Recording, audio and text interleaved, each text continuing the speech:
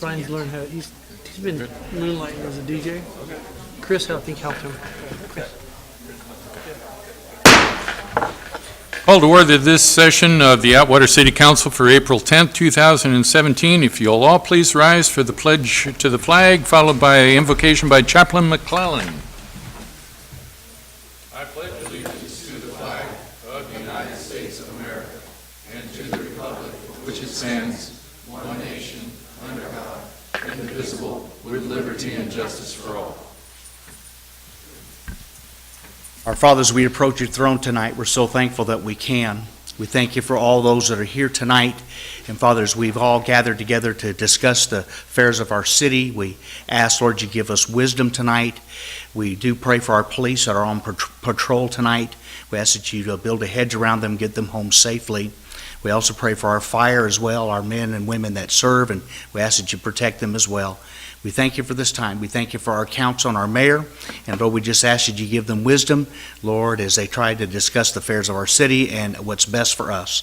And we thank you for this time, for we do ask it in Jesus' name. Amen. Roll call, please. Creighton? Here. Raymond? Here. Vieira? Here. Vineyard? Present. Price? Here. We have a quorum. Mayor or city attorney report out from closed sessions. Mr. Terpstra, please. Yes, first of all, Mr. Mayor, members of the council and the community, the city council did meet in closed session at 1 o'clock this afternoon to conduct interviews for the city manager position. No reportable action was taken at that meeting, and staff was given further direction.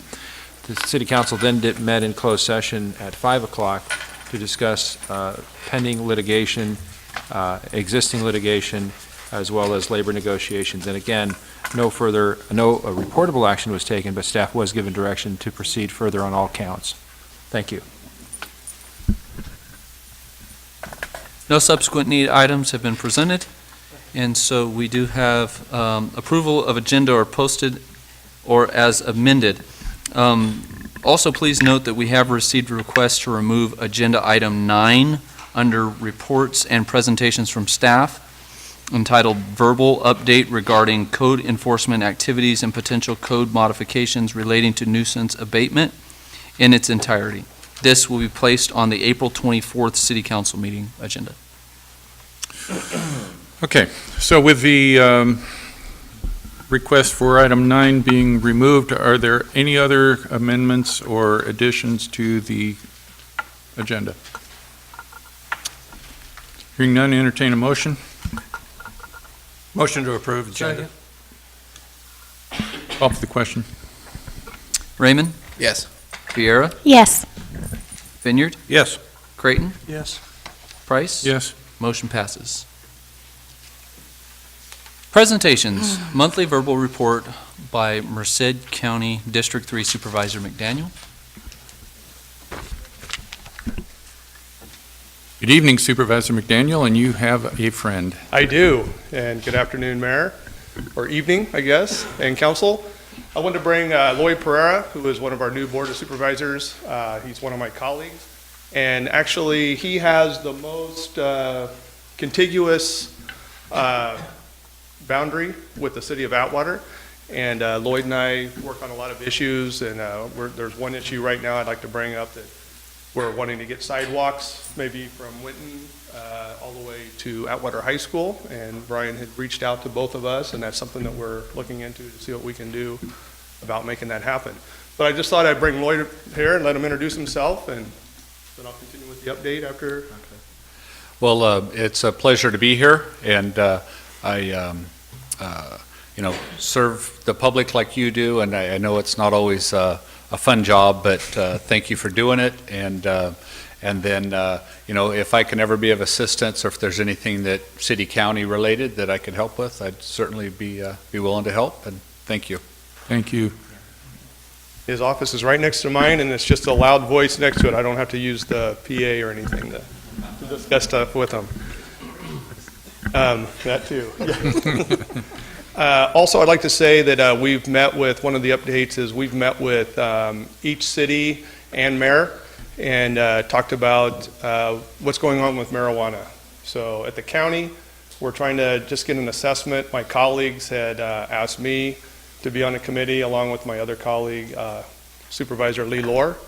And so we're having open discussions with each city and seeing what they're wanting to do. And we had a very good, lively discussion with Atwater. Merced's was very, very lively. But it was proud to see how much homework everybody has done and really looked into it and what could happen, what can happen, and what we're trying to foresee before there's any big problems. Also, I think you saw the vote on SB1. It passed.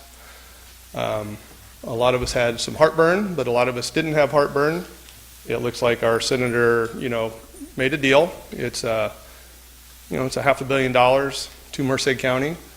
We never frown on that, but at the same time, we still have to be cognizant that it's going to be $300 more per citizen in each county whenever you add up the 12 cents if you fill up your tank once a week.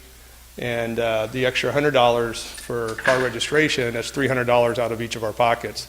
They're saying that it's a total cost of over $500 per person for transportation. We know we're way behind it, but Measure V, I was one of the people that stood up for Measure V. A lot of people didn't agree with me, but it was about local control. It was about us making decisions, what we're going to do with our money, and not let the state tell us what to do.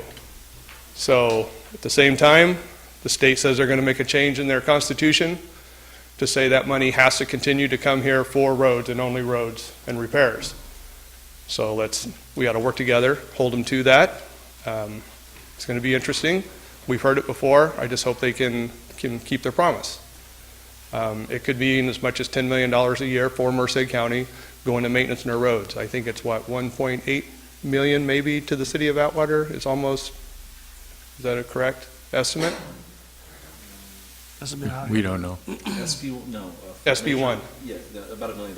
It's about $1 million. So the good thing about, we have to work with the state, and we're always trying to look for pots of money so we can make Merced County a better way. The way I look at it is Measure V passed.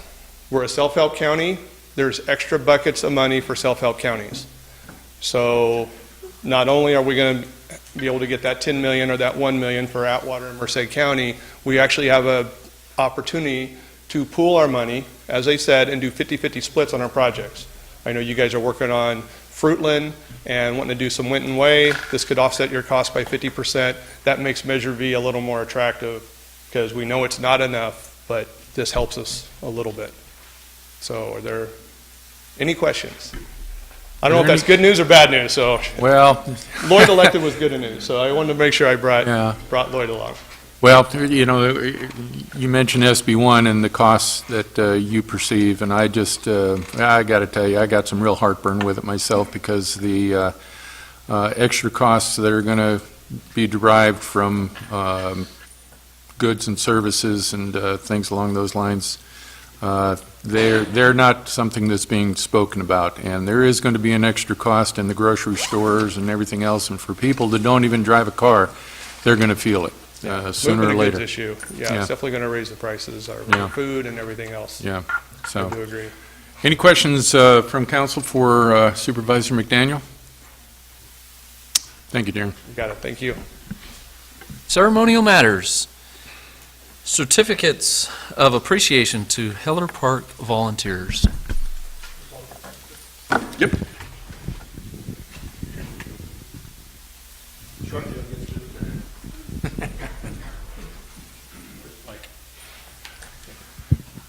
Is it working? Good evening, folks. How are you? About a year and a half ago, the city started an Adopt a Park program, basically to get some community pride going. Shortly after that, I adopted Heller Park, which is over by where I live, off of Herman, because I saw the need to start getting it fixed up. And I posted some things on Facebook and whatnot, and there's two neighborhood watches that are in that area, Crestview Neighborhood Watch and Herman Neighborhood Watch. I was approached by them to join me in adopting that park. Of course, I overwhelmingly accepted it, and they started having meetings there And we talked about keeping the park clean and how to keep the park clean. Tonight, Ms. Von Mueller from Crestview sent me an email earlier, about a couple of weeks ago, about 3 gentlemen who go over to Heller Park every day, and they get their kids involved, and they clean up the park, and they keep it clean, and they keep the community involved. So I'm going to butcher their names probably. Mr. Sandoval, would you come up, please? And Mr. Buccio, is that how you say it? And Mr. Avila. Come on up here, stand right here. Please. Just face the crowd. Right there. These 3 gentlemen every day get the kids involved, get their families involved. They make sure the park is cleaned, trash is picked up and swept. And so I wanted to give them all a certificate, or actually the city council and I are giving them a certificate tonight of appreciation for taking care of Heller Park for us and being great role models to the kids in that area. So. Mr. Avila. Thank you.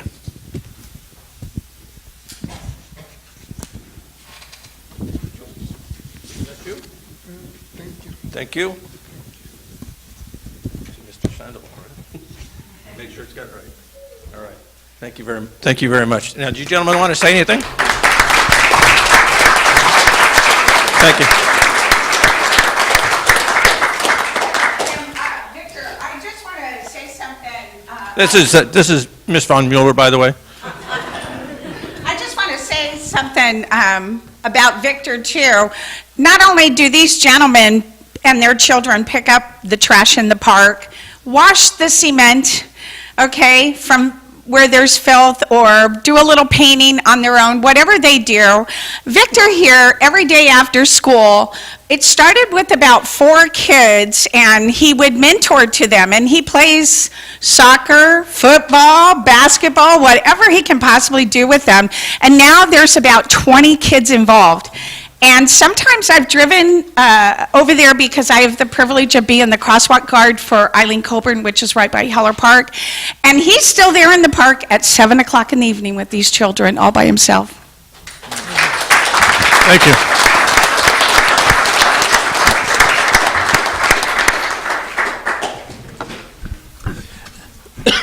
Comments from the public.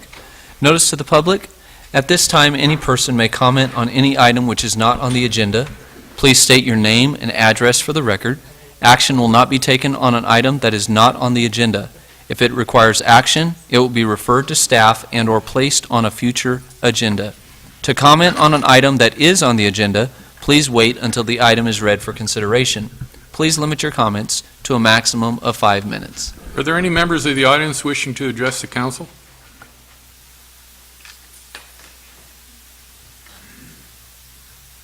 My question's going to be for Chief Joseph. You could direct your question through the chair, and then the chair will refer to the, thank you. Directed to you. And you may direct it to Chief Joseph. Go ahead. The other day I was at Osborne Park, which I'm there quite a lot, and there was a homeless lady there. I went to the restroom and she was in there shooting up. What is the proper protocol for that with all those kids around there? Should we call the police? Yes, notify the law, notify the police department, we'll respond, and then we'll place her under arrest for drug activity and loitering. All right, thank you. We weren't quite sure what to do.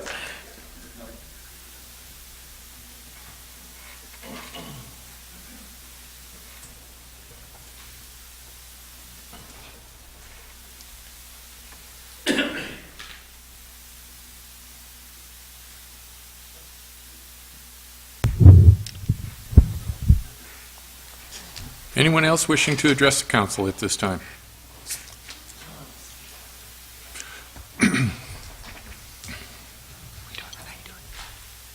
Same questions.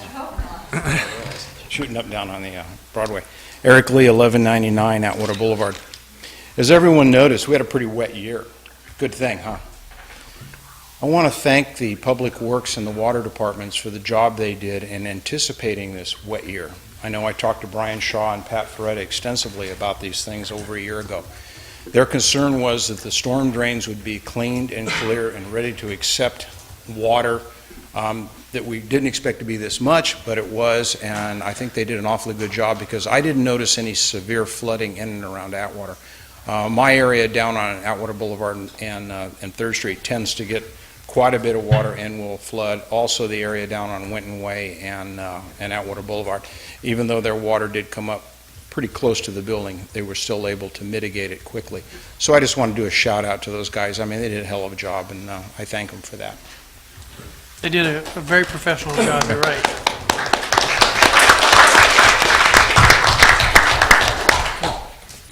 Anyone else wishing to address the council at this time? Okay. Seeing none, next agenda item. Consent calendar, notice to the public. Background information has been provided on all matters listed under the consent calendar, and these items are considered to be routine. All items under the consent calendar are normally approved by one motion. If discussion is requested on any item, that item will be removed from the consent calendar for separate action. Are there any items on the consent calendar that any council member would like to remove for separate consideration? Any members of the audience wishing to remove any items on the consent calendar for separate consideration? Seeing none? Motion to approve the consent calendar is posted. Second. Call for the question. Vineyard. Yes. Vieira. Yes. Raymond. Yes. Creighton. Yes. Price. Yes. Motion passes.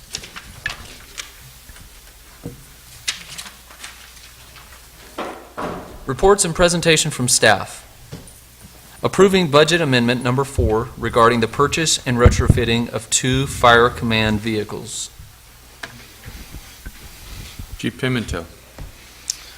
Good evening, Mayor, council members. Before you, I have a amendment for the budget for 2 command vehicles. Go back about a year ago, we were approved for 1 vehicle through the budget, but we worked with the city and we held off for as long as we could. We came back recent months and came up with some more options, but you asked me to be creative. So I went along and was very creative through the process and tried to figure out a way to purchase these vehicles for the fire department. I know previous we asked for about $55,000 for a vehicle. Through this, my research with the finance individuals and staff's help, we were able to bring it down to $45,000 for the Measure H fund, and then we found a fire facilities fund, which is strictly used for fire equipment and such as this, was about $42,000, and then we also looking at using a reimbursement check from our state reimbursement when we send vehicles out through state emergencies. This year I was successful and our department was successful in acquiring about $50,000 worth of reimbursements through that state process. So my request to the council is to go forward with purchasing 2 command vehicles. We would only be using the $45,000, which is $10,000 less out of the Measure H, utilizing the other funds to the reimbursement to use for equipment that would be outfitted on these vehicles. So as soon as they were purchased, equipment would be placed on, and they would go right into service. Again, I want to stress that we have new personnel, a new battalion chief, myself, which we have an antiquated vehicle of it's a Ford that's about 138,000 to 140,000 miles. It's past its manufacturer warranty. It's getting old. We like to utilize that as a utility still for the fire department, and then go on from moving our old vehicle down to said public works or however you guys see fit and necessary to use that vehicle. As far as that goes, if you guys have any questions, I'd be more than happy to answer any of your questions. Ms. Fier. In looking through the package where you showed the reimbursement for the fire facility fund, Yes, and ma'am. approximately $50,000, is that something that we get every year? So I know you're asking for 45, but do you anticipate that that's the same amount we would get this year? Because that would, in fact, almost pay for the vehicle in itself. The reimbursement is what you're referring to, or the Yes. fire facility fund? The fire facility fund. The fire facility fund is an impact fee that comes in from development and stuff like that, so that fund Okay. continuously builds. And then what about the reimbursement? The reimbursement, we were able to make 50 this year. The lowest year to date in my 4 years being here in the city is about 29,000. I would say that the lifetime of these trucks, we would be able to acquire the funds to purchase more vehicles if needed, and then obviously use these vehicles for the city thereafter the fire department deems necessary that they're out of service and used for something else. So if we backfill these 2 vehicles, then how long is it going to be before you have any further need? Are we going to kind of be good for a while, or? Currently, the Ford is a F2, it's a 2005, so it's about 12 years lifespan. It's gone for its lifespan. I would say we'd be looking again at about the next 10 years, so it will definitely, we'll have time to reimburse and work through those funds and start putting funds aside to purchase vehicles for the future. Mr. Graydon. My question is, the total amount, you're covering 87 tonight with what was in the budget and what you guys were able to bring in with some checks. We are covering 45 from the Measure H funds, 42,000 from the Fire Facilities Fund, and then 43,000 from the fire reimbursement funds, with some extra change in there, about $200 or something that I can carry on my annual budget that I have aside. Okay, I want to focus on the fire reimbursement funds that you guys got in. Explain that. Every year there's emergencies throughout the state. The Master Mutual Aid Agreement, they reach out to local agencies like ourselves and ask for help. We send out fire apparatus equipment, either trucks as these command vehicles or fire engines. They go out for a set time, there's a set rate, and these vehicles are paid for their time in service for the duration of those incidents until they get them under control, and then they release those equipments back. Like I said, they'll send us, once those are done, around December when the fire season starts shutting down, January, then they send us, reimbursement invoices and tells us what we've made through those incidents. And then, like I said, this year we were able to bring in about 50,000.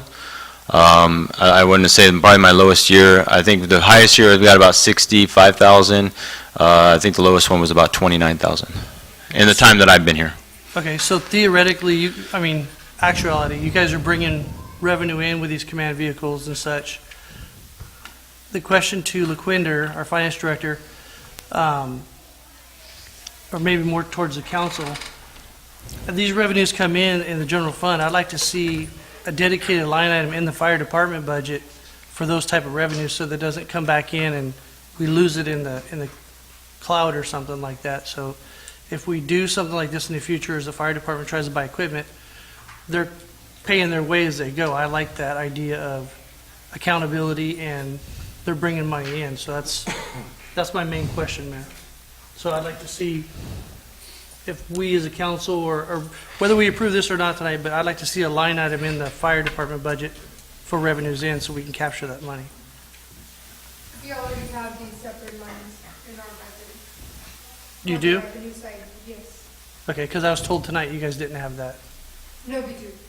Okay. That account number 0001 20 30 31 34. Slow down. That's Okay, 0001 20 30 31 34. 31 34. Okay, and then what have we showed, since we have that in there right now, Right now, how long have we been depositing money into that? well, it's budgeted for annual basis for each fiscal year. So far I only have 13,000 in there. Okay. What projected when the checks come in and the other stuff will be? This year, because one of the $13,000 checks was from last year's events, it just got paid late because they didn't get all their auditing done. So this year, you should be able to see about $63,000 from acquired revenue. And then fiscal year July on, what are we anticipating with more modern vehicles? Would you be able to use those more to bring in a higher revenue stream?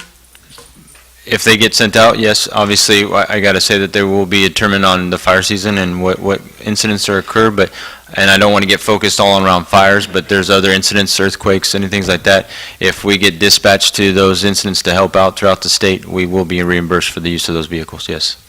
Okay, that's all I had, Mayor. Well, why two? Currently, I have the new battalion chief that just came on board. The vehicle, she is using the current vehicle that I was using previously. It's in the shop as we speak. It is having issues. It's at 138,000 miles and continually is experiencing certain issues, so that vehicle would be good to be replaced to utilize it as a utility.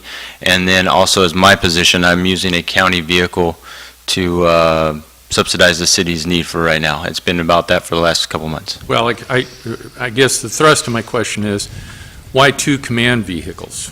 I understand you're talking about, response out, but the other one is basically used for around town for fire inspections, that type of thing, correct? Negative. They also do coverage just as I do. So I work a 3-day work week. So I work Monday, or Tuesday, Wednesday, Thursday. The fire marshal works Monday, Tuesday, Wednesday, Thursday. So we both also do coverage and support the city as needed through those days that we're on shift. And the days that you're on, your coverage includes the Castle Fire Station, correct? Affirmative. And also out towards Gurr, yes? Affirmative, yes, sir. Okay, so our vehicle is being used in the county. As well as the county's also being used during their shifts that I'm off. For the past several years, we've been using one battalion chief, and the other 4 days have been covered by the county. So it's a give and take as you went. That's how we are able to save money for the city, is to utilize the department as a whole and not just be one sole fire department. Well, that's the way it's been going, but with the new vehicle, though, would that still be the practice? It would still be the practice. Okay. Well, here's my problem with this whole thing. When we buy a vehicle such as what you're describing, and big fire happens, say down in San Bernardino or something, you're off and running in that truck. You go down there and you drive up and down roads and things that no other vehicle can comfortably drive on, safe to assume, correct? I believe so. So you would be out there, turning over rocks and stuff, conceivably. You come back here. Let's say something happens, and I know what your answer is going to be already, but if it got damaged, in the course of, doing a fire someplace, something along those lines, it's going to get fixed. Yes, sir. Okay. Now it comes back, but it has something that might be cracked. Let's say, for example, I don't know, a strap that's holding a fuel tank or something like that. Something happens to the vehicle a month or so down the road, so to speak. Something happens to it, and it could be attributed to something that happened while out on a fire or something. Are we still going to get reimbursed? Yes, sir. They do a for full, repairs. what they call is a demob situation. It's a state law. They go through what's called demob. Several mechanics go through that vehicle thoroughly. They are not allowed to release us from an incident and send us home without the vehicle in full operating capabilities. Okay, well, I'm sure they probably have a very good inspection process and everything, but I just can't get away from, if we have something on there that may be something that is a result of, driving up and down the roads and And stuff. we can identify, if something comes up later, we still can identify it to the incident. Good documentation like we do. 215s like we use, that's a day-to-day operation that we do, that we turn in. If there's something that does occur, we can notify it, and then if it doesn't occur later on and we work with our mechanics in the city and they say, hey, this is something that occurred before, we can definitely go back to that incident and tie it back to the incident. And then again, like I said, it's that vehicle is being utilized and being reimbursed for its time being down there. Okay. Well, there's been a lot of discussion centered around refurbed type of vehicles. Have you explored any kind of refurbed type of trucks that could satisfy this? Negative. Well, I'll just get to the crux of the whole thing. We've been talking here for several meetings now about, getting police vehicles and getting our police department taken care of. And this is a one-shot deal here. We haven't, you haven't, well, it even says in here regarding purchase and retrofitting. Well, retrofitting, I guess that's just add-ons. But is there any feasibility to that? And you know, let's see. The truck that's being repaired right now, what's it being repaired for? I'll have to defer to, Pat, do you know what it is? I'm not sure. It was not it wasn't starting. Again, they came down and we were able to get it to the mechanics. They sent it to one of the shops, and it's being evaluated. Hopefully, we'll be back in service shortly. So engine problems? And I believe so. And that's one of those things that you don't want me to have that engine problem when the call goes off. Oh, no, I get that's, that. That's one of my concerns about a refurbished vehicle is we can't guarantee. I know that they do a 3-year powertrain and all that kind of stuff, that's just great. But I think that a new vehicle is the way to go. That way, when it's gone to its lifespan, there's nothing saying that it can't be utilized for the city for years to come after that. Okay. Well, again, it's a tough thing for me to say yay to this, and we haven't decided what we're going to do with the cop vehicles. I think they probably get a lot of time and miles and things, not to say that yours don't, but it's a tough thing. So both of them would be, what you're asking for is 2 4-wheel drive type 250 trucks? Yes, sir. And you're procuring them from San Diego? Why is that? We did we followed the Atwater Municipal Code with the purchasing process of a cooperative purchasing, which is also a layman's term is a piggyback. The county just recently went through a formal bid process for the exact same vehicle. We thought that vehicle would fit the same needs as the cities, so we basically piggybacked the county's bid process, went out to the vendor.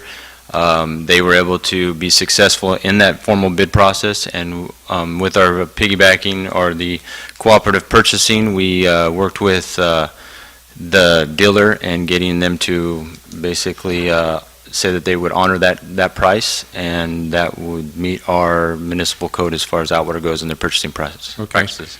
And the dollar amounts that you talked about 3 different funding sources, revenue coming in. Yes, sir. Is that money that has come in and been captured, or is that just your projections? No, that's money that's there, right? That's there now. That's the only one would be the fire facilities fund that will be at its full max at past the next couple months. okay. So, of the 87,288 and 54 cents, how much of an offset, or is that total combined funds that offsets that cost? I'm sorry, I'm not understanding that. Well, you got down here a price of 87,000. That's for the 2 vehicles, yes, sir. Right, and of the money that you described that was coming in, Yes, sir. so that money has already offset this cost? Yes, sir. The whole thing in full? Yes, sir. Okay. Okay, Mr. Creighton, did you have a question? No, I think, Mark, you answered it. I just wanted, because PD's sitting here tonight, and I take your comment seriously about PD. We're not going to go backwards with the budget deficit spending. What Fire's done tonight, they're demonstrating a revenue stream coming in, and we're hard on PD because we need to know how we're going to get the funding source. We're not going to go backwards on this. So I think the mayor's comments are correct. I got to commend the fire department for finding a creative way to get the funds so we can get the correct vehicles we need for that. And I know PD's working very hard at that, and we're supporting you guys on that. We just haven't got there yet, but it's coming. So I just wanted to note that, Mayor. Okay. Mr. Vineyard? Yeah, my concern would be, as kind of been discussed, is both vehicles being out of the city, out of the county at once. Should this we go forth with this, I would like to see that the fact that only one of the vehicles be out at a time. I would not want to rely on the county necessarily coming in, only because they may be drawn down to a significant amount. as well if fires go on like they have in the last few years. So I want to make sure one of our vehicles is always in the city whenever possible. I know there might be some extenuating circumstances down the road, but I think initially one vehicle needs to stay here. And we could do that through an SOG, which is Standard Operating Guidelines, and we can identify our ECC and let them know that one vehicle will always be in the city at all times. Not that, obviously extreme measures, but I would say that we can definitely put that as a standard operating guide. Ms. Veer? Yeah, I just wanted to say, I think it's good that the fire department has a way to bring in revenue to offset that. We don't have that. We don't have that privilege with our police department, but I think really what we're waiting on is a bid from the police department before we vote on those cars. So we're not in turn taking away any money from our police department, giving it to fire. This is money that fire already brought in. Am I looking at that correctly? Because I don't want to draw down our Major H funds to where we have nothing left. So, in fact, I know that contractually we owe this service to you, but I still want to make sure we have plenty there to facilitate the cars that, I think we're just waiting on a bid for those, for police. Okay. Any other comments?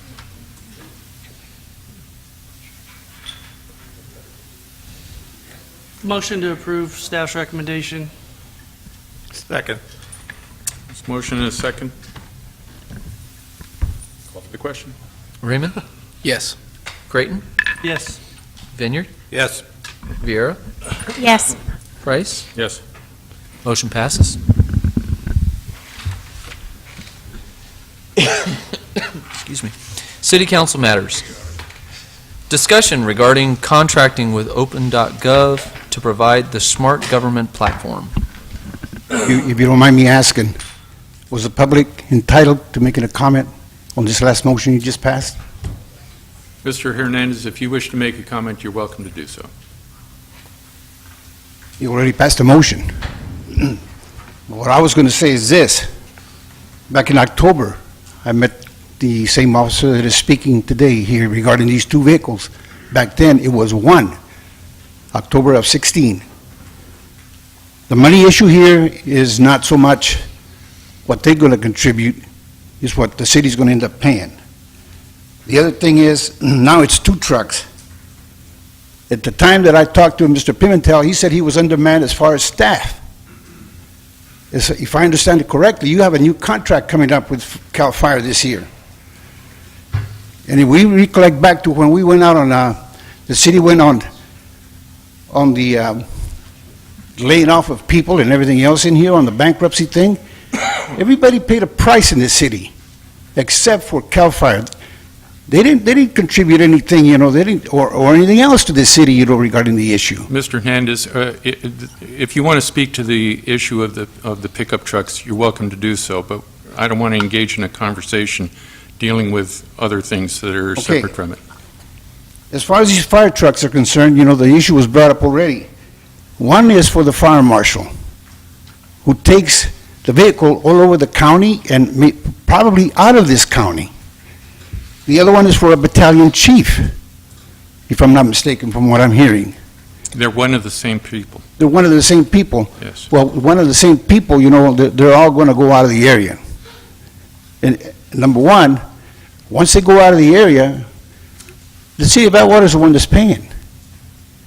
I think we got bigger priorities here, than to be supporting CAL FIRE. It's a state entity. If they got their officers that they want to get new vehicles for, they should pay for them, not the people in the city of Atwater. You got a contract for fire protection in the city, not for fire protection in the whole state. And I think everybody in here should understand that, for Pete's sakes. If you only got two firemen, they can't even leave the fire station with a fire truck, with one person. At the time I told them, I says, you know what? Get a reserve car here from the PD here that they have sitting outside and use that guy to go get that sandwich you want to get at Save Mart. But here's the thing. If you continue on this road to supporting CAL FIRE, you know what? Next year they're going to come up here with more stuff.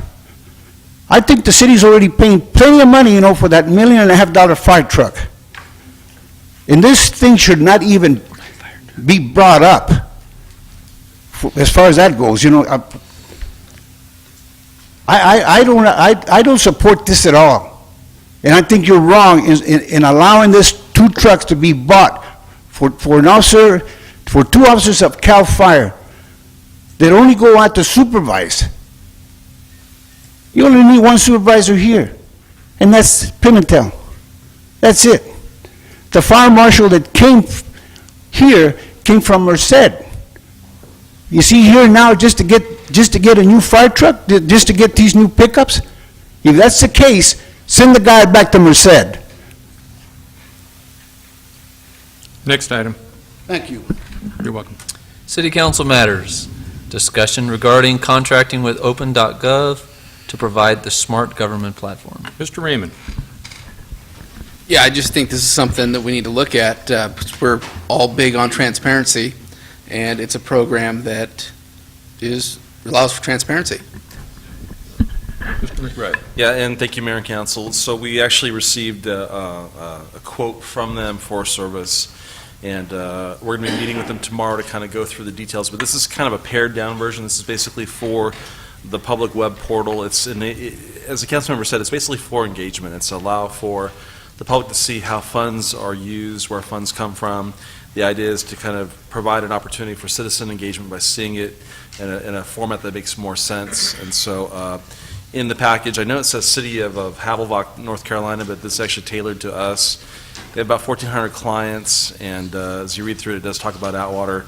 The bottom line, what they're proposing here into pricing, basically there's like a one-time setup fee to work with their finance system, and then they have annual fees going forward. They want a minimum 3-year commitment to get started, so you see the figure there at $17,748. We'll be meeting tomorrow to kind of further explore how this all would work, and we can give you more details. We did want to share this tonight. We had enough to bring it forward, at least for information at this point. Councilmember Raymond, if you would you explain exactly for the public just what this entails? You know, you can go to the City of Merced's website and see they have it, and it's been a useful tool to actually go online and see where the money's being spent. And I believe with the current financial situation we have, that that's something we need to be able to monitor. Okay, so this is strictly a discussion item. Is there any comments from any of the council members on this item? Mr. Craig? So discussion, how soon are you going to put this together, Scott? We're going to meet with them tomorrow afternoon. We're going to go through it, review how it works. We need to understand on our end how the data gets uploaded, how does it work. We need to understand if there's a big commitment of time or something with change internally about how it will work so we can support it. I want to understand what this price is for versus other options so we can bring it all back for the council to make the best decision. If there's something that's maybe slightly different that's got more value, I want to make sure you understand about that, but this is just kind of the start for this point. So to keep things from building up on the plate, I'd like a time frame on this to make a decision, move on, how much it costs. Right. We're going to piggyback with what Merced's doing, so we're going to kind of cut and paste, track change or whatever. No, I think this is completely different. I think it's something they have to come in and set up unique for our system. They use our financial data that we have. The format for the website themselves are pretty similar, but no, this is all just for us. And I think we could probably have enough information together where we could bring it forward the first meeting in May. Can you explain? Sorry. Yeah. No. Can you explain to the average person that's asking, what is this opengov.com? What will they get out of it if we have that as a municipality? So if somebody asks about fire department or public works, you don't have to come in and ask questions, from what I understand. It would interface with our finance system. You'd be able to go online with a small tutorial, and you'd be able to get your own answers and come in and sit down and have your own data that are same exact stuff that we're up here looking at. So the tool is, we would be on an equal playing field instead of you guys in the dark. So, but again, I want to make sure we're either on this or off this and make a decision and move on. Yeah, and I do think that, the information could be helpful even in the future years for budgeting. You can kind of see how it works better. a little bit more polished than probably what we use now, so there could be a benefit internally for it as well down the road. Thank you, Mayor. Okay, so we'll bring this back, I have a question. Mr. Bender. Sorry, my light went out. I just want to confirm, we don't have Springbook at this time, that program, correct? No, we do have it. We do have it. It's a system that runs all of our financial transactions, and not only that, but it's also built in for our building permit system. It's all there. That's what we use. Okay, so it'd just be pretty much upgrading that program then, so make sure that it does capture everything, where in the past we've had problems where things have lapsed, so we haven't been able to always capture everything. This will enable that? That won't change that. What this will do is I have to build up a way to get the data from Springbrook so that it makes sense for the OpenGov formatting. So that's what we're going to meet tomorrow about, to understand how they pull data, how often it's refreshed, what they use, what our commitment is. Any issues with Springbrook on its own, that's still our own internal problem, one way or another. Okay, thank you. Okay. Any other comments or questions from the council? Okay.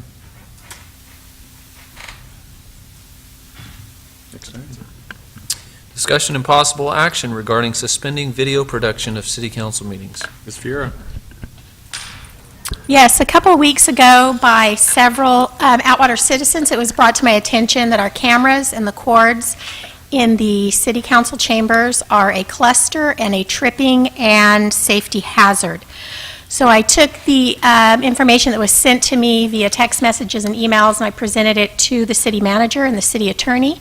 I'm making a recommendation that we look at getting some update equipment and remove the current, now that it's been made public that it is a tripping and safety hazard. The last thing we want is for someone to come in and trip and fall.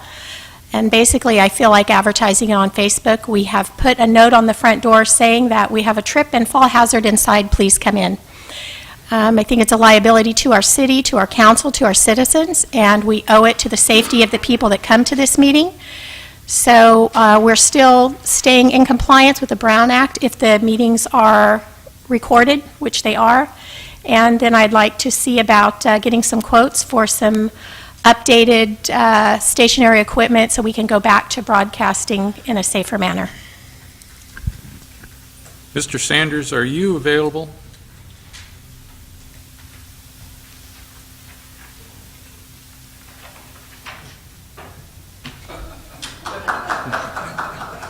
The man behind the cameras. It's a wizard.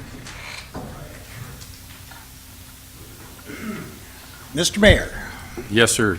Did you hear the comments? Yes, I did. Okay. Would you like to make comment to that? I'm trying to find what the problem is. I mean, Okay. we've been, just for background, because some of you are fairly new, myself or companies that I've been involved in have been doing the video work here for 20 years. The equipment that we have is what we've basically been using for almost the entire time. Sometimes we've had more wires than we do now. Last year, the city spent almost $6,000 to rewire all the camera wiring in the walls. I don't know exactly what the trip hazard is that you're discussing because it's never been brought to my attention. It was brought to my attention, a copy of a Facebook post, and I think it was your cameraman who posted it, and then that's the first time we had heard of it also.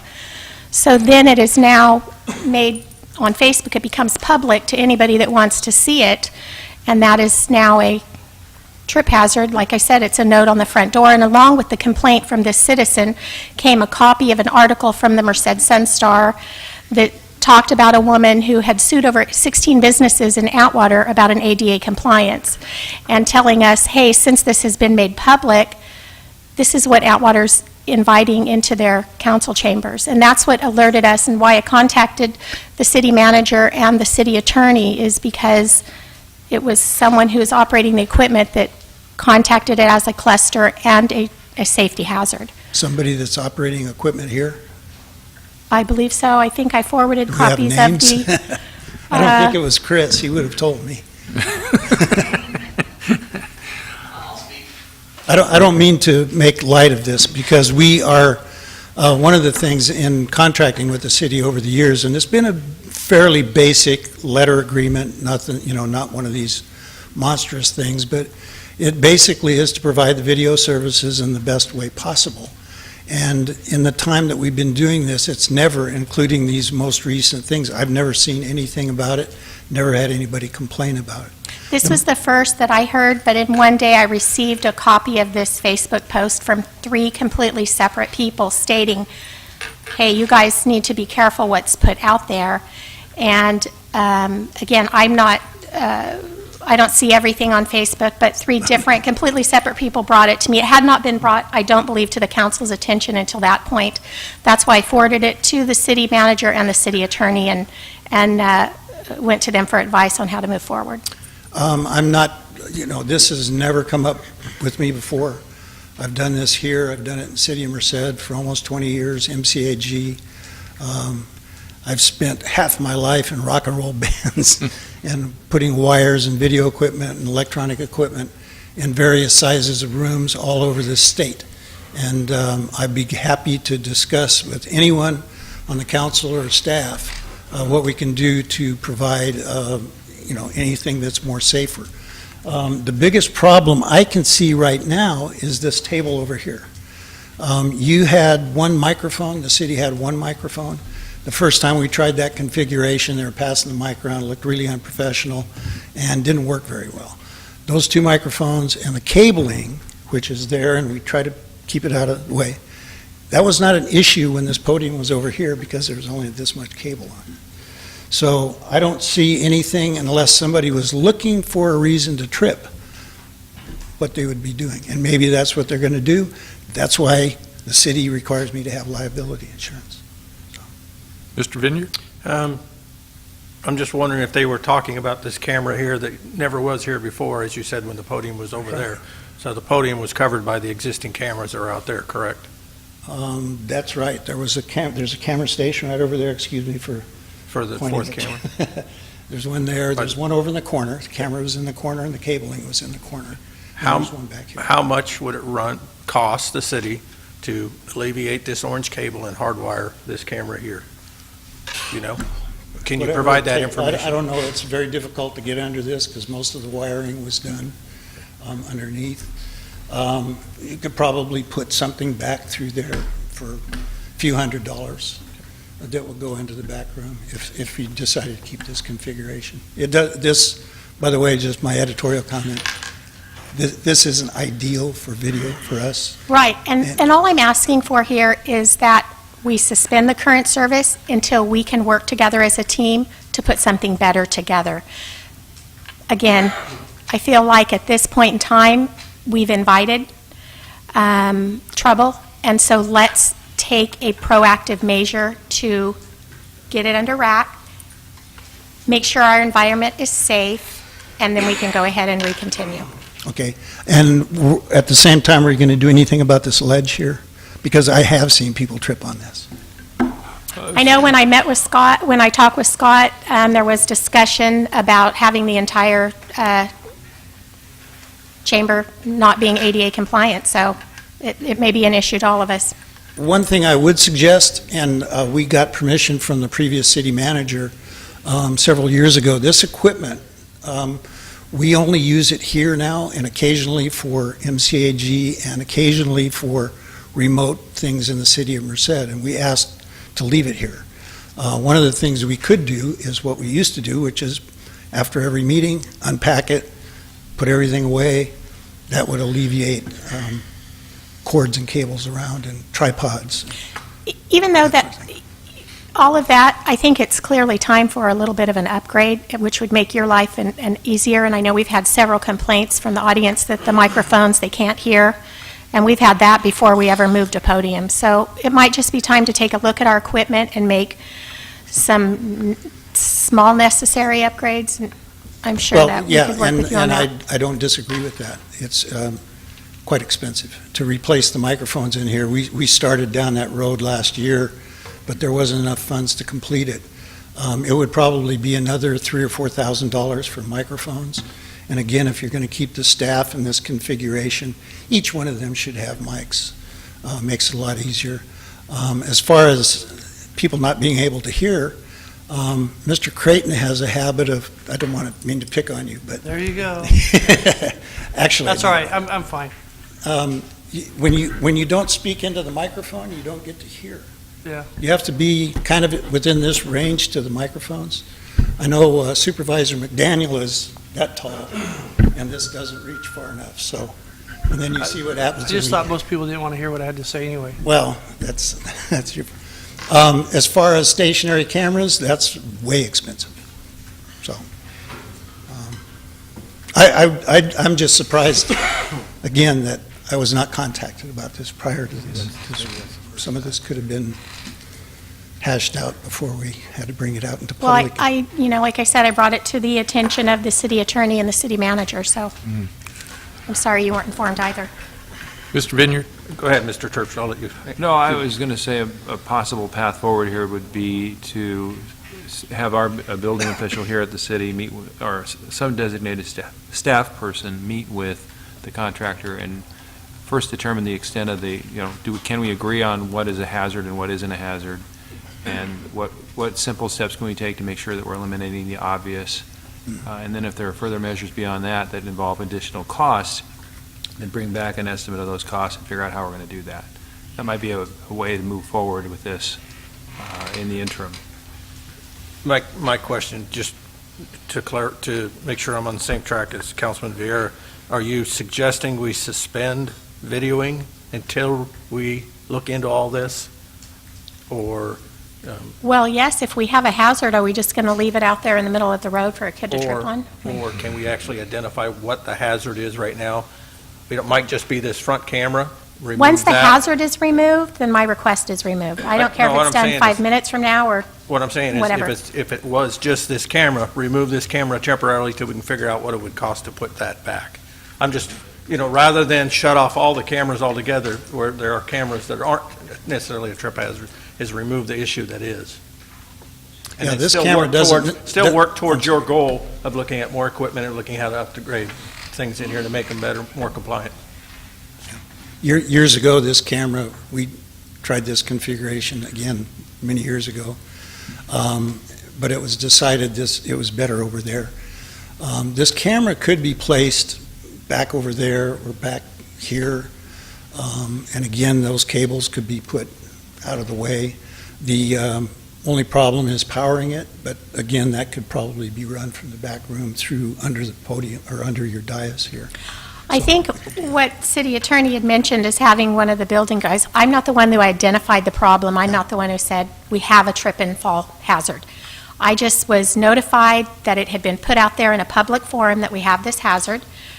I referred it to the city manager and the city attorney and was simply instructed to move forward until we could take corrective action. So I don't know exactly what to tell you, what I feel like the hazard is. I don't feel like this is a hazard. No one's up here walking around. But again, once the city council has been made aware that there's a problem, then I feel we must do our due diligence to eliminate that problem. If we do have handicapped people and elderly people coming up here, were to trip and fall, and we absolutely now have knowledge of it, are we not then liable? So as expensive as it is to maybe get a camera that's mounted on the wall or something, wouldn't it be less expensive than a lawsuit? That's just my opinion. Mr. Lee, did you have a comment?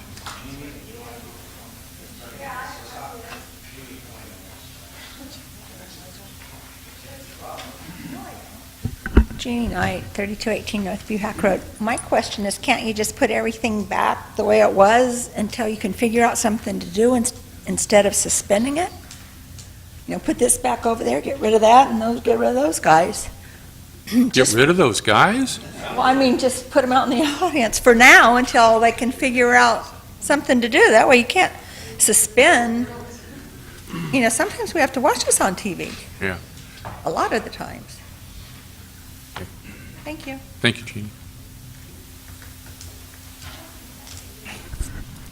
Interesting agenda item. Sometimes when you make change for the sake of making change, it doesn't work real well. Not too many people were consulted on what would happen when you start changing camera angles, microphones, et cetera, especially in a small confine like this. I think that's why we've seen the problems we're seeing. The thing that bothers me is you obviously have identified a hazard. What exactly is that hazard? Is it this cord, that cord, those cords? What is it? We've removed the railing here. Mr. Lee, I did not identify the problem. You said you did. You were in the conversation. I identified that I had been made aware of the hazard. You were in the conversation that the hazard was called out in a public forum. So I'm not the one making the hazard. I'm the one bringing the fact that the hazard was made public to the city council. What hazard is it? That's my question. Please ask the cameraman who had the conversation with you about the hazard. So You is were the involved hazard in the back conversation. camera? I don't know, wanna the two of debate you on what were the involved hazard in is. it. I want to speak my 5 minutes. Mr. Lee, you have the floor. Yes, exactly. Jeannie was right, maybe put it back. I don't want to see the cameras stopped. I think the cameras serve a very important purpose. I think every meeting should be filmed. The other thing that bothers me is, and what was brought up when we're talking about hazards here, we're talking about ADA and other things in this room. I think you also need to be made aware of the hazards that are all over town, especially downtown. So we're kind of opening up a can of worms publicly here tonight that I don't know we really should have done. So, Mr. McBride? I just wanted to make a couple comments. We could certainly have the building official come through, take a look at the setup as it is, but I would suggest we leave it the way it is right here tonight so they can see everything. We are already working on what's called the ADA self-compliance accessibility plan, and that's a citywide assessment. That's this building, every building, the park, everything. We already know some constraints. So some of this conversation kind of talked about issues that are ADA. The cameras themselves are really like temporary objects. They're not really what we look for in ADA, but we can look at the way it's set up. We do something similar to this for business inspections. You don't want to have cords where people are walking in the public, and Mark can probably help me on this. That's why fire and building go out. We try to keep cords where people can't get hurt over them. But we could look at it and see if in the professional assessment, if the way it's set up represents an issue. What you're really talking about is having access around the room, making sure it's safe, and we can go from there. We can do that and then have them weigh in on it. They can come to the next meeting, and that could be part of a recommendation for where we want to go. That's fine with me. Mr. Creighton? Thank you, Mayor. Better? No, I just moved the microphone up so I can be heard by you. A lot of good comments tonight. Whether the podium's here, or the podium's there, there's cable here, there's tripods in the back or whatever. I've been saying for years that we should be like a normal city. Most normal cities don't have the Action 30, 5 o'clock news feel when you go into it. It has usually ceiling-mounted cameras, and it's more stealthy to where you don't encourage people to come to city council meeting to talk to their friends on TV at home. And that's what we're trying to avoid. That's why our professional staff, we have professional staff, and we get to talk to them every 2 weeks, every council meeting. And it's important to get the answers directly from the department heads. And this is a professional setting. They can lay their bookwork out or whatever they have tonight and not have to compete and fight over the podium. So the intention is good on both sides. I think the public comment, well, put it back this way or put it back that way. I think it's more ADA accessible now. If you're in a wheelchair, you could actually just come straight in the council chambers and go to the podium and make your comment. We do provide cordless mics. Mr. Sanders has been doing this for a long time. I think he's got some really good ideas on potential solutions, but I think the solution we need to focus on is what's best for the city of Atwater. That's all I care about, the company. So if the company's going to have the board meetings, how can we conduct them the best, most efficient way, safest, and professional with our professional staff, because we need them. And having mixed out in the audience, would be convenient too, but the whole purpose of this meeting is to conduct business, not who sits where or how it goes, but for our benefit that we can address our staff, our professional staff, and they can answer us in a professional manner. So what I would like is, while we research this, what would our city attorney, what would the city of Ripon do? Do they have several cameras, 1 camera, 5 cameras? What kind of sound system? So one camera mounted up there, you meet all your objectives. Now, if you have a good angle from here, some people have a better left side face or right side face, so we can get into that debate, but I think work with our professional videographers and recorders and get what's required, but let's not make this the Jerry Springer show with cameras everywhere and everybody's angle. Let's just do the business, record, videotape. Maybe we can modify this seating area over here for our staff more professional in the future when we get more money, but I think if we could work with our videographer and our council and the people's concerns that were on Facebook, I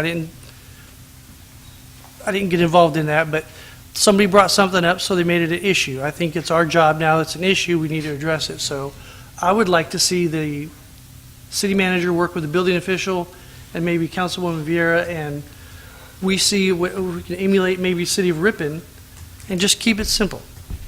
We have a lot of equipment here, and if we do things with MCAG with these and there's no need for us or use for them, maybe we could donate that way and we get rights to them backwards. So all the community wins. So that's what I would like to see out of this. I would only add that if you're going to start adding people together, Mr. Sanders needs to be part of that discussion. He was the first one I named. Okay, I'm sorry. My one bad eye didn't hear that. You're getting old. Well, is there any other comments from the council? Yeah, I've been attending the meetings at this place here since starting in 1995, and steadily from 2000 forward, as many people probably know. And not one time have I ever seen where cameras, no matter where they were positioned, be an issue to anyone. And tonight we're talking about a non-specific hazard. When the podium was off to the right side, staff typically took up the front row. Tonight there's 6 people. With the absence of one chair, they could all be sitting in the front row, as they are called upon for their particular department. I don't know is that it was a big deal, but taking 2 or 3 steps to the podium seemed to work out okay then. I don't see how it couldn't be okay now. But nonetheless, we have what we have right now. The suggestion of temporarily or however suspension of video broadcast of these meetings, I will be 110% against, and I'm sure everybody in this room would probably echo the same, and everybody at home as well. We're open and transparent. We have nothing to hide here. And I know of a lot of people that cannot make it down here, and they can watch this on TV. One of the other things I would note, and Mr. Lee, you probably remember this as well, here about 2 years ago, we had a gentleman that came in here a couple of times to speak at public comment and was in a motorized wheelchair. And this was not a small guy. This is a guy that probably, dressed out at around 250 pounds riding that thing. And he made it into the council chambers, made his comments, and made it out without too much difficulty. So I don't know if ADA issues are really germane to this whole thing right now. My point being is that if we can identify specifically, I can't imagine this camera that sits in front of the dais here being the hazard, but if we can specifically identify what is the hazard, whatever that non-specific hazard is, then let's rectify it and move on. As was noted, I think Mr. Sanders, with the cords and table and things over here, I think there's more of a difficulty over on that side now, but yeah, that's for them to deal with, I guess. So we'll do that. But nonetheless, a non-specific issue here to terminate the service temporarily. And these cameras, Jim, do you own these cameras? City of Merced owns them? Yes, we have them on use for, as a trade-out on doing their town hall meetings, which are remote to the city hall. So they allow us to use them for other events in exchange for that. So they're ours, but they actually belong to City of Merced. Okay. And they're aware that we use them here. Okay, so everything that is in the chambers here belongs to somebody else? Yes. So we Including can't, the back room and including, sound equipment there. And I'm sorry, monitor. including in the back room? Yeah. Okay. That's the brains, the switcher. So if I'm hearing you right, then if we were to mount stuff around the room and that kind of thing, we'd be footing the bill for all of that stuff? Yeah. Okay. Now, I do have my own equipment that we used to use here, but it's in the garage because this is high def, it's upgraded. Right. Although it could be used for other things, but it's a pretty penny to mount those mounted cameras because I don't know quite sure what the county has done, but theirs are not really as user-friendly as the city of Merced, which has remote pan, tilt, and zoom. I can sit in the back room myself Right. and control 4 cameras. A system like that cost them about $150,000. Mm-hmm. So, Yeah, well. pretty penny. Well, I mean, I'm not wanting to sound hostile. I'm kind of an old guy, be 70 next year, or next month, or next week, actually. See, I don't even know how old I am. If you could only remember, right? Yeah, I can barely remember. But, we can accommodate. I mean, this is what's called live remote shooting. And, I like the analogy about Okay. the news. So we'd be glad to work with anybody on Okay. staff recommends. Okay. Yeah, as Can I go Mr. back Creighton. to my cubby hole now? I'm sorry? Can I go back to my cubby hole now? Yes, It's go too to your quiet room. here. Okay. Mr. Thank you. Raymond. Yes, first of all, the gentleman in the scooter you'd mentioned had trouble each time. And we've also had elderly folks with crutches have problems. But I digress. Somehow this turned into a joke about a non-specific hazard, which it may be, may or may not be. But I commend Councilwoman Vieira for taking the initiative to see something and say something. There may or may not be anything, but at least she took that step and that initiative, and it's appalling that it's being turned into a joke. Well, I don't think anybody's trying to turn it into a joke. But I still haven't heard what the issue is. But nonetheless, we'll go through and do as Mr. Creighton has advised, or as he recommended. Ms. Vieira? I know you stated, and I just want to make it very, very clear, I am not the one that stated there was a hazard. I don't know what the hazard is. I cannot point it out. The information was sent to me, the communication that Atwater City Council chambers had the hazard. I'm not the one pointing it out. I don't know what it is. I did my due diligence to bring it to the appropriate people, and I understand, you agree 110% it shouldn't be removed until we have someone trip and fall, and then we're in trouble. It should be the due diligence of all of us up here to make sure that this issue has been brought to us, and whether it be done right now, 5 minutes from now, or 3 weeks from now, that it's addressed. I'm not stating in any way that I have identified, looked for, I don't know what the hazard is, and I just want to make that clear. I'm not the one out there looking for the hazard. I was the one that the community reached out to, brought the hazard, I took it to the appropriate people. Mr. Vineyard? Yeah, I agree with her a wholehearted lot. We have 2 weeks before our next city council meeting. I would presume that would be enough time to have it looked at, inspected, to find out what the problem might be, and basically fix it. Remove it if it has to be, or fix it. So I just think we need to go forth with that. Thank you, Jim. I agree. Okay. Okay, any other comments to this? Yes, sir, Mr. Hernandez. Yes, part of the remedy would be, from what I'm hearing here, is this camera here in front. Whether there's any other ones, that are unidentified, I didn't hear that. But the one thing that maybe you can consider, because, this ledge right here is also, they made a remark about it. Okay? Now, you already meet over at the community center. I think maybe you ought to start planning to relocating these meetings over there permanently. Get your cable in that they need for the video and so forth, for the eventual, having to have more people in the city council than anything else. This issue here, I don't think you're going to rectify it, just overnight.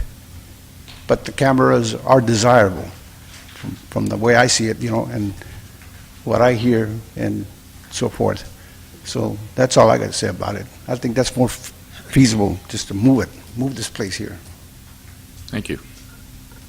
Anyone else? Okay. We'll take those recommendations and come back again with it. Okay, so I noticed that on the agenda it indicates continuation of closed session. We're completed with closed session. It doesn't have on here council comments, but I would assume that would be the final item on the agenda. So I will take the bold step and say, Mr. Raymond? Mine's easy tonight, Mayor. It's my son Jacob's 13th birthday. Happy Yay. birthday, Bubba. And a happy birthday. Those teen years are the worst, by the way. Ms. Vieira? I have been rude tonight on my phone up here checking, but we are in active labor and dilated to 3, so we're expecting a granddaughter very slowly coming into the world, but if you're a person who believes in prayer, our family is as well, and we would appreciate prayers for a safe and happy birth to our my son's first daughter. Should we include the new grandmother in that as well? Let's pray for me too, please. I figured as much. Mr. Vineyard? Just to let you know, I will be unavailable at the end of this week for approximately 10 days. I'll get together with the chief to designate who the coordinator will be for the volunteers. Other than that, have a wonderful evening. Mr. Creighton? I just wanted to thank the city of Dos Palace for a great steak dinner we had at the city-county relations dinner a few weeks ago. We were able to collaborate with other municipalities in the county of Merced and the county staff, and that was a wonderful meal, wonderful event. Look forward to the next one, which will be held out at UC Merced by the city of Merced. So that's going to be a nice event. Also, like to wish everybody happy Easter before the next council meeting, and next Friday's Good Friday, or this Friday coming up is Good Friday. That's all I had. All right, thank you very much. I too want to add my prayers to a safe and beautiful baby. I'm sure it'll be good. And Krodic, as a grandfather, I love it. I told him all my grandchildren are beautiful, so if this one comes out ugly, I'm going to slap him. Yeah, he's a beautiful child, ain't he? Any case, I too, I'll be in the area, but I'm going to be extremely busy starting this Thursday, welcoming in and preparing for our Air Force visitors to our community. So please, if anybody has any issues or things that they would like to address to me, feel free to do so. A text is probably the best way to do so. If you don't have my number, 777-0675, okay? It's in the newsletter and all that jazz. So, went to the Elks Club at the invitation of Mr. Raymond here the other night, and it was law enforcement evening over there. And I want to tell you that, it's a good gathering over there, and Sheriff Warnke and his crew did all the cooking and all that good stuff over there. It was a great gathering, and something that thank you for inviting me along to that. Other than that, I too want to echo what Mr. Lee had alluded to earlier. We got a lot of rain this year, and the one and only issue that I saw in the way of flooding was up at Winton Way in Bellevue. There was a drain up there that got gagged up with a bunch of crud, whatever it was, leaves and things, and had that intersection pretty well flooded when I came driving up there. And the public work guys were very responsive and handled the situation out there. Don't know of any other issues anywhere else in the city, although I'm sure there was a couple out there, but didn't warrant getting notifications. But our public works guys they do a really, really good job. And, being, short-staffed all across the board, but, these guys are out there, they do the ugly work out there in some pretty adverse conditions sometimes, so my hat's off to them. It was very, very well handled this winter. And hopefully next winter we'll have another one like this winter, so.